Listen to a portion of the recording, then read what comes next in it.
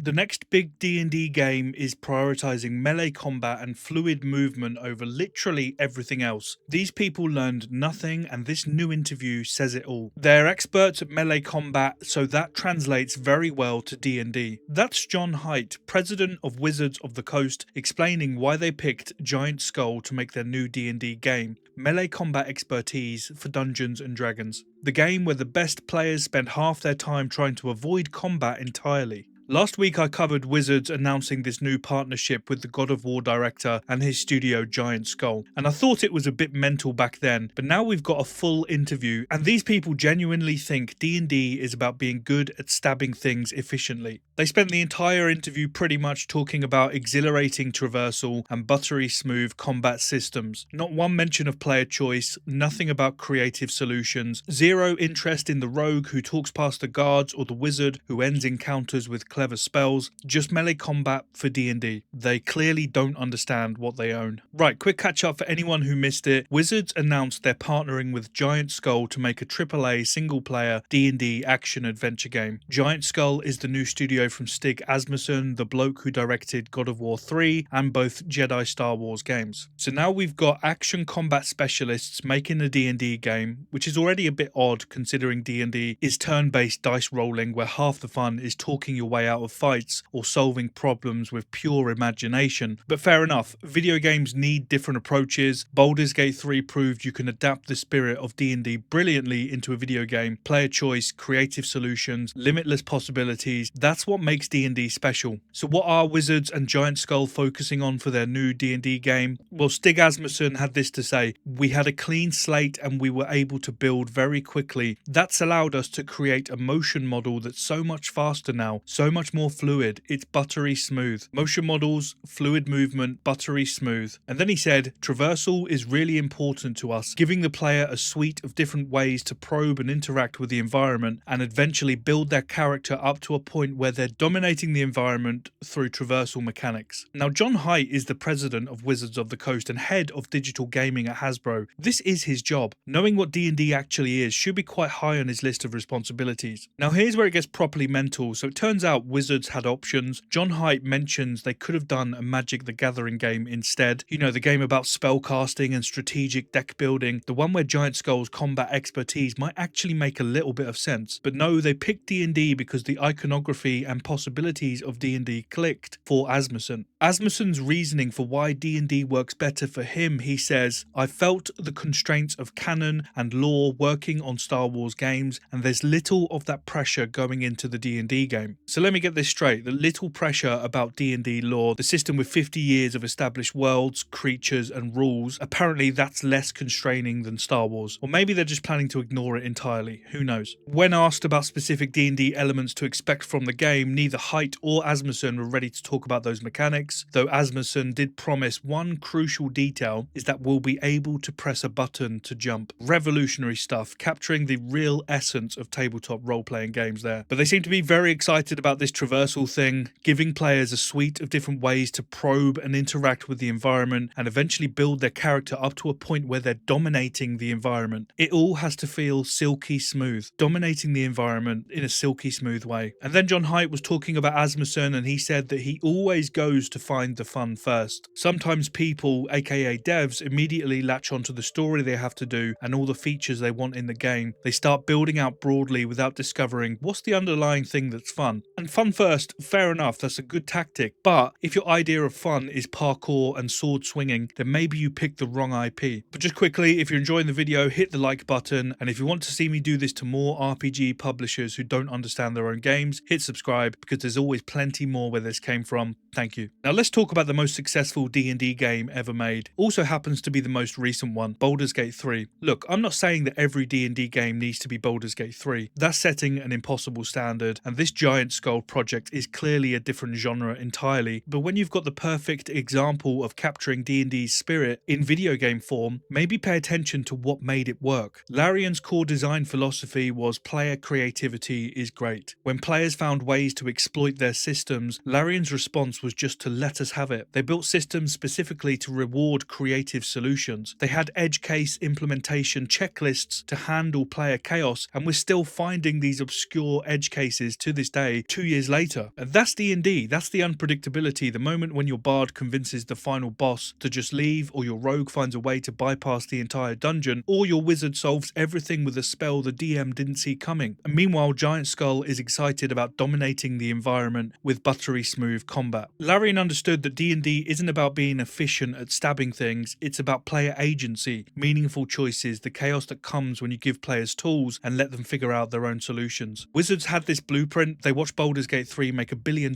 by respecting what D&D actually is, and their takeaway was, we need better melee combat. These Muppets learned nothing. But this isn't just Wizards being clueless, this is a pattern that keeps repeating across the industry. Publishers see a successful property and completely miss the mark on what made it work. EA looked at Dead Space's success and thought survival horror needed more action, so Dead Space 3 became a co-op shooter with microtransactions, and it killed the franchise stone dead. Bethesda looked at Fallout's success and thought single-player RPGs need more multiplayer, so Fallout 76 launched without NPCs, without dialogue choices, without everything that made Fallout special, just shooting and looting in a broken online world. The timeline here is mental. Larian spent years proving D&D could work brilliantly in a video game form. They lose the license in 2023, and by December 2024, Wizards is calling Giant Skull about making their D&D game focused on melee combat expertise. In my eyes, the real problem here is that they're making a D&D game for people who don't play D&D. If you're not going to adapt anything that makes D&D what it is, the choice, the creativity, the problem solving, then why slap a D&D logo on it? Just make a generic action adventure game number 6002 and call it something else. But no, they want the brand recognition without understanding what the brand actually is. Look, I genuinely want this to succeed. I'd love to see more good D&D games, but when the president of Wizards thinks melee combat translates well to D&D, and the developers are excited about dominating environments with silky smooth traversal, my faith is dropping by the day. And we've seen this story many times before, publishers thinking they know better than their own properties and the players that actually play them, and it rarely ends well. I feel like I'm making the same video over and over again because this company keeps making these decisions with a fundamental misunderstanding of what it is they actually own. Wizards of the Coast doesn't understand D&D, and after everything we've seen, after Baldur's Gate 3 showed them exactly how to capture the spirit of their own property, they're still chasing action game mechanics and smooth combat systems. They think D&D is about being good at stabbing things, they think it's about dominating the environments and the fluid traversal, they think melee combat expertise translates well to a game about creative problem solving and player choice. It doesn't. Maybe Giant Skull will surprise us, I hope they do. Maybe somewhere in between all the talk about buttery smooth motion models, they'll remember that D&D is about the stories the players create, not the environments they dominate. But I've seen this pattern too many times, publishers banking on brand recognition instead of understanding their audience, slapping familiar logos onto experiences that missed the point entirely. They know we'll probably buy it anyway, D&D's on the box, Baldur's Gate 3 was brilliant, how bad could it be? Anyway, thanks for watching, make sure to like, comment and subscribe so I can feed my family. I'll see you in the next one.